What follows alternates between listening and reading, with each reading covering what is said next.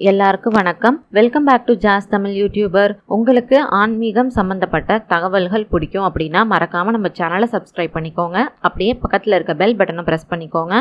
இன்னைக்கு இந்த பதிவில் நம்ம பார்க்க போறது நம்மளுடைய வாழ்க்கையில ஏற்படக்கூடிய கஷ்டங்கள் எல்லாமே நிவர்த்தி ஆகிறதுக்கும் வீட்டுல கடன் சம்பந்தப்பட்ட பிரச்சனைகள் நோயற்ற வாழ்வு இருக்கணும் அப்படின்னா செவ்வாய்க்கிழமையில கண்டிப்பா காளி வழிபாடானதை நம்ம மேற்கொள்ளணும். இந்த வழிபாடை நம்ம எப்படி மேற்கொள்ளணும் அப்படிங்கறத பத்தியும் அதனால நமக்கு கிடைக்கக்கூடிய பலன்கள் என்னென்ன அப்படிங்கறத பத்தியுமே தான் இன்னைக்கு இந்த பதிவுல நம்ம தெரிஞ்சுக்க போறோம். தொடர்ந்து பதிவை பாருங்க. இப்ப வாங்க நம்ம வீடியோக்குள்ள போயிடலாம். நம்மளுடைய வாழ்க்கையில எதிர்பாராம வரக்கூடிய கஷ்டங்கள் பாத்தீங்கன்னா சில சமயத்துல நமக்கு பெரிய அளவுல தாக்கத்தை உண்டு பண்ணிடுது. நம்ம வாழ்க்கை பாத்தீங்கன்னா ரொம்ப சுமூகமா போயிட்டு இருக்கும். திடீர்னு வாழ்க்கையில ஒரு புயல் அடிச்சது மாதிரி ஏதாவது ஒரு பிரச்சனை வரும். அது என்ன பிரச்சனையா வேணாலும் இருக்கலாம். அதை நம்ம சமாளிக்க கூடிய அளவுக்கு நமக்கு மன வலிமையும் இருக்காது, உடல் வலிமையும் இருக்காது, பணபலமுமே இருக்காது. அந்த மாதிரி சமயத்துல நம்ம மன உளைச்சலுக்கு கண்டிப்பா ஆளாயிடுவோம். திடீர்னு நமக்கு வேலை போயிருக்கும், இல்ல திடீர்னு ரொம்ப அதிக அளவுல கடன் வாங்கக்கூடிய சூழ்நிலையிலுமே நம்ம தள்ளப்பட்டிருப்போம். சில பேருக்கு பாத்தீங்கன்னா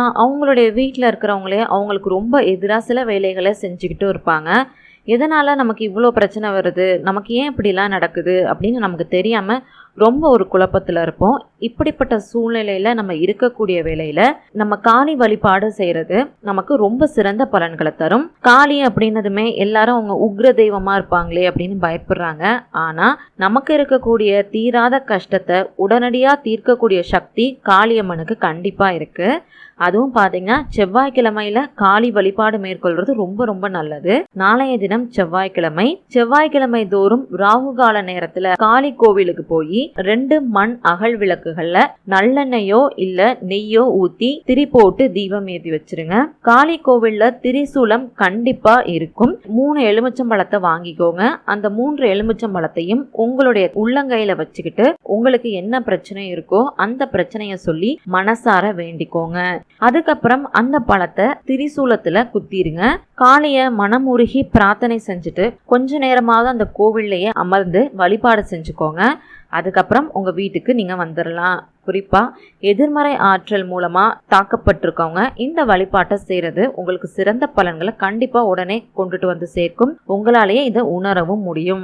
அது மட்டும் இல்லாம கந்திருஷ்டி, எதிரிகளால ஏற்படக்கூடிய தொல்லை, தொழில துரோகம், வாழ்க்கையில துரோகம், கைவிடப்பட்டவங்க, நோய் சம்பந்தப்பட்ட பிரச்சனை இருக்கிறவங்க, கடன் சம்பந்தப்பட்ட பிரச்சனை இருக்கிறவங்க அப்படின்னு யாரு வேணும்னாலும் இந்த வழிபாட்டை தாராளமா செய்யலாம். நிச்சயம் உங்களுக்கு நல்ல பலன்களை அது கொண்டுட்டு வந்து சேர்க்கும். நீங்க முழு மனசோட பக்தியோட செய்றீங்க அப்படின்னா அதுக்கான பலன்கள் கண்டிப்பா உங்களுக்கு வந்து சேர்க்கும். அது யாரை தடுத்தாலும் சரி கண்டிப்பா அந்த பலனானது உங்களுக்கு வந்து சேரும். அதே மாதிரி நீங்க ஒரு வேண்டுதலை வச்சுட்டு அது உடனே நிறைவேறணும் அப்படின்னு நினைக்கவே நினைக்காதீங்க. உங்களுக்கான கரெக்டான சமயத்துல உங்களுடைய வேண்டுதலானது கண்டிப்பா நிச்சயமா நிறைவேறும். இந்த வழிபாட்டை பெண்கள் மட்டும்தான் மேற்கொள்ளணும் அப்படின்னு எந்த ஒரு கட்டாயமும் கிடையாது.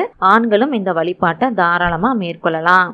ஒருவேளை உங்க வீட்டுக்கு பக்கத்துல காளி கோவில் எதுவுமே இல்லை அப்படின்னாலும் காளியோட ஸ்வரூபம் தான் துர்கை அம்மன். அதனால உங்க வீட்டு பக்கத்துல இருக்கக்கூடிய துர்கையோட சன்னதியில கூட இந்த வழிபாட்டை நீங்க தாராளமா மேற்கொள்ளலாம். காளி கோவில்ல மேற்கொள்றது இன்னுமே உங்களுக்கு சிறந்த பலன்களை கொண்டுட்டு வந்து சேர்க்கும். உங்களுக்கு இந்த பதிவு பயனுள்ளதா இருந்திருக்கும் அப்படின்னு நான் நம்புறேன். உங்களுக்கு இந்த பதிவு பிடிச்சிருந்துச்சுன்னா மறக்காம லைக் பண்ணி ஷேர் பண்ணி கமெண்ட் பண்ணுங்க.